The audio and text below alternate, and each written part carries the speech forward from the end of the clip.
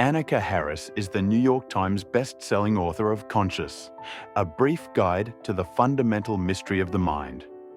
Her work has appeared in the New York Times, Nautilus magazine, the Journal of Consciousness Studies, and IAI magazine.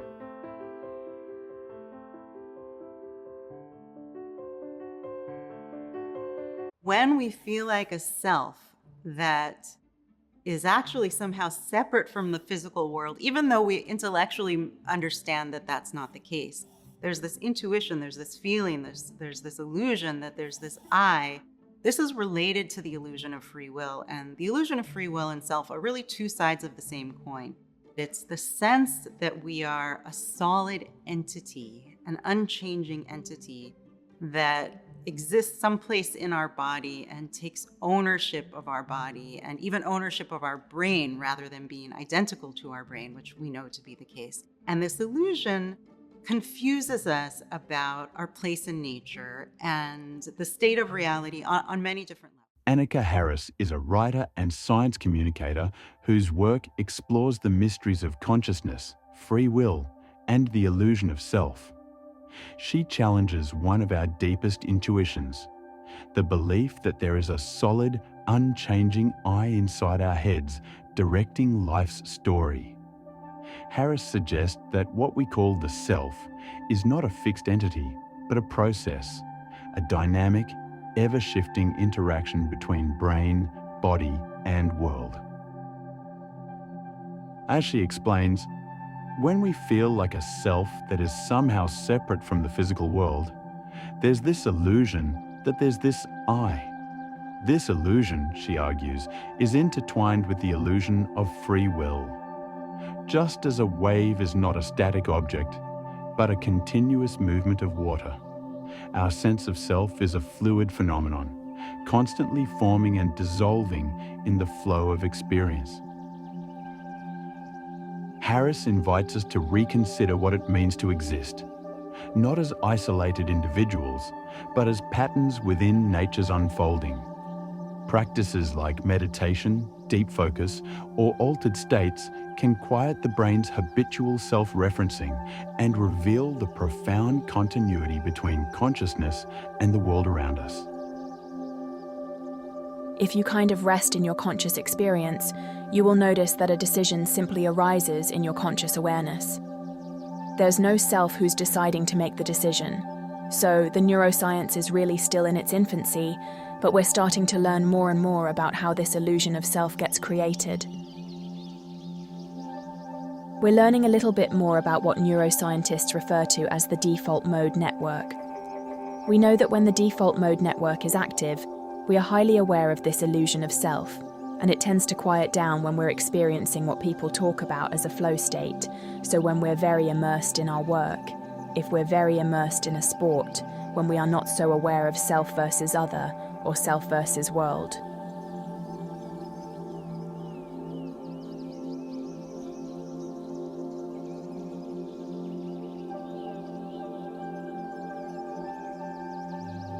The default mode network is the brain's background hum of self, the system that creates the continuous internal narrative linking past, present, and imagined future.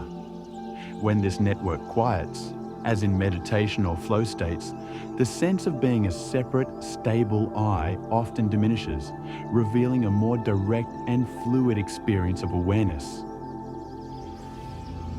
The activity of the default mode network reinforces our sense of separateness, generating the familiar boundary between me and world. Yet when this network quiets, through meditation, deep concentration, or flow states, that boundary dissolves, unveiling a reality that feels profoundly unified and alive.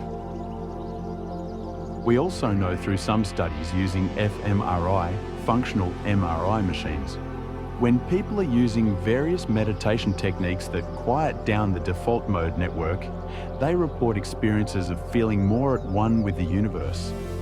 They report experiences of no longer feeling like a self, no longer feeling the boundary between themselves and the rest of the world. This experience that people have when the default mode network is quieted down and they've dropped this experience of being a solid self is actually much more in line with what we know the underlying reality to be, which is an endlessly fluctuating process that gives rise to each new present moment we experience, and is much more analogous to an ocean wave as a phenomenon in nature rather than a static thing.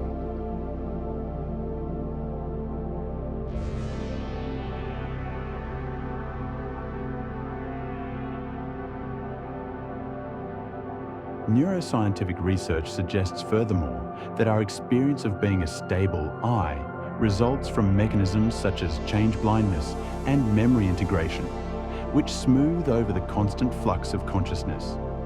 Each moment of awareness is, in truth, new, a wave forming, cresting, and dissolving in the ocean of experience. There is a change blindness with respect to our experience over time, so that we don't notice how different each of our experiences in every moment are from every other. And so, that adds to this illusion of being a solid entity that moves through time unchanged.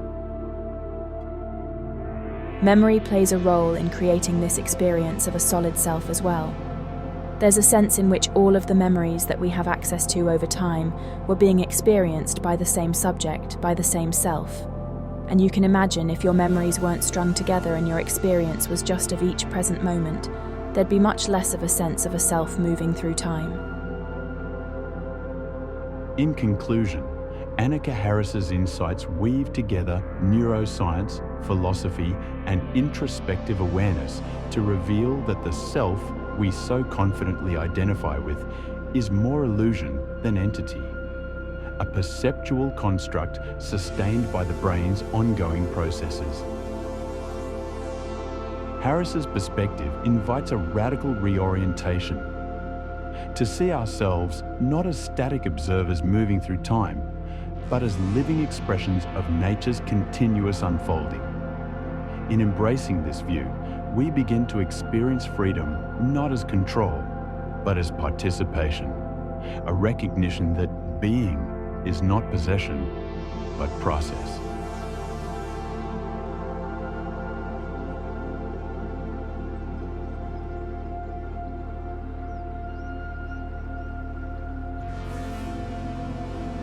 The hard question of consciousness: who or what is doing the perceiving?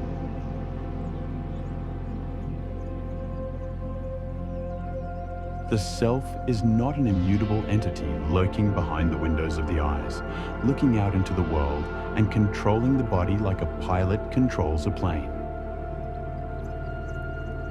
It may seem as though the self, yourself, is the thing that does the perceiving, but this is not how things are.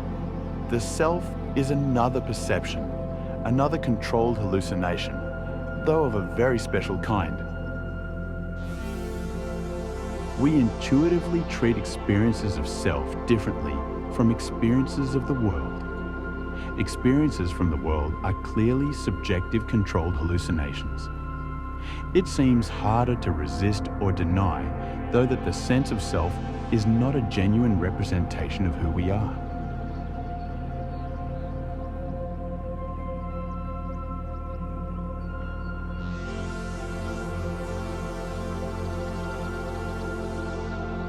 We perceive of a sense of self over different integrated layers, craftily integrated by our brain. We perceive of embodied selfhood. We feel a sense of ownership over our body. Emotions, moods, arousal, and alertness are aspects of embodied selfhood. At its simplest, we feel of being a body. We perceive a first-person perspective, perceiving the world from a unique point of view. We perceive having agency, experiences of intention, volition, and being the cause of things that happen. Many associate this with free will. We perceive a narrative self. For personal identity, There must be a thread of autobiographical memories, a remembered past, and a projected future. Note, even though we know we change over time, it still seems to us that we don't change all that much. We perceive of a social self, how you perceive others perceiving you.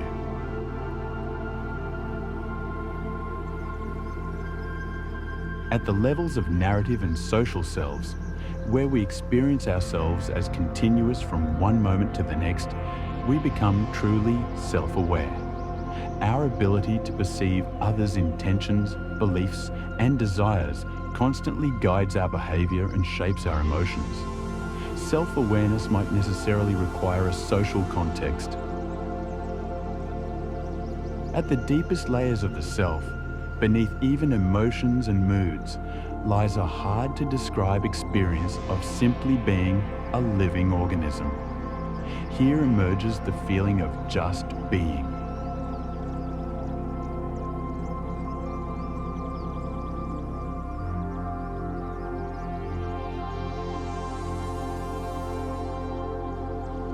Anil Seth is a leading British researcher in the field of consciousness science.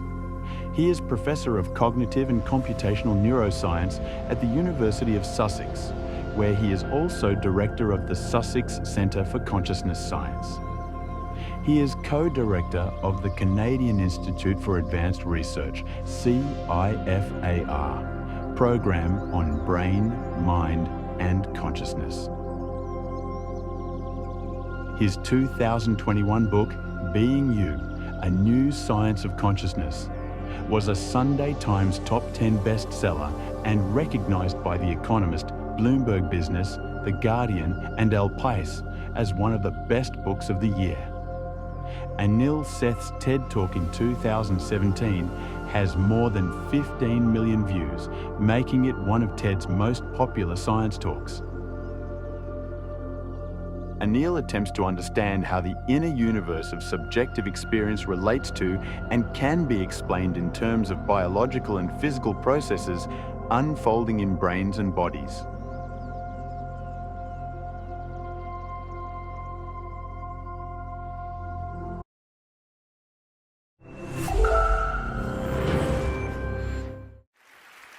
I mean, who am I? Who is anyone, really? When I wake up in the morning and open my eyes, a world appears. And these days, since I've hardly been anywhere, it's a very familiar world. There's the wardrobe beyond the end of the bed, the shuttered windows, and the shrieking of seagulls, which drives Brighton residents like me absolutely crazy. But even more familiar is the experience of being a self, of being me, that glides into existence at almost the same time. Now, this experience of selfhood is so mundane that its appearance is usually just happens without us noticing at all. We take ourselves for granted, but we shouldn't. How things seem is not how they are. For most of us, most of the time, it seems as though the self, yourself, is an enduring and unified entity, in essence, a unique identity. Perhaps it seems as though the self is the recipient of wave upon wave of perceptions, as if the world just pours itself into the mind through the transparent windows of the senses. Perhaps it seems as though the self is the decision maker in chief, deciding what to do next and then doing it, or, as the case may be, doing something else. We sense, we think, and we act. This is how things seem. How things are is very different. And the story of how and why this is so is what I want to give you a flavor of today. In this story, the self is not the thing that does the perceiving. The self is a perception too, or rather, it's a collection of related perceptions. Experiences of the self and of the world turn out to be kinds of controlled hallucinations, brain-based best guesses that remain tied to the world and the body in ways determined not by their accuracy, but by their utility, by their usefulness for the organism in the business of staying alive. Anil's insights explain or debunk many intuitions. For me, it cleared up lessons in A Course in Miracles such as, the world I see is of my own making and doesn't exist. What is the aspect of being you that you cling to most tightly?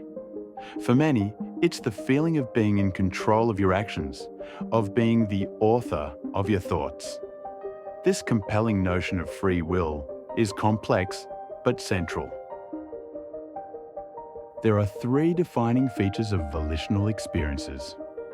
The feeling that I am doing what I want to do, the sense that I could have done otherwise. Voluntary actions seem to come from within rather than be imposed externally. A system has degrees of freedom to the extent that it can respond in multiple ways to a state of affairs. Voluntary behavior depends on the competence to control these degrees of freedom in alignment with beliefs, values, goals, and the demands of the environment and body. This competence is implemented by a network of processes distributed over many brain regions. These interwoven processes play out in a continual loop spanning the brain, body, and environment, with no beginning and no end, producing flexible, goal-oriented behavior. This network funnels a vast array of potential causes into a single flow of voluntary actions, and at times, inhibitions. It is the perception of this network that underpins subjective experiences of volition. When people talk about being in the moment or in a state of flow during highly practiced activities, the phenomenology of volition may be entirely absent. Much of the time, our actions and thoughts simply happen. Yet, experiences of volition are indispensable to our survival. They are self-fulfilling perceptual inferences that bring about voluntary actions. Without them, we could not navigate complex environments or learn from previous voluntary actions to improve future outcomes. Consciousness is not a passive reflection of reality, but a rich, predictive, and deeply embodied process that continuously constructs both the world and the self.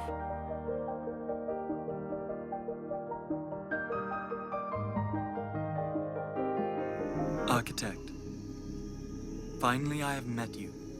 You will not rebuild your house again, but I am your house, and you live in me.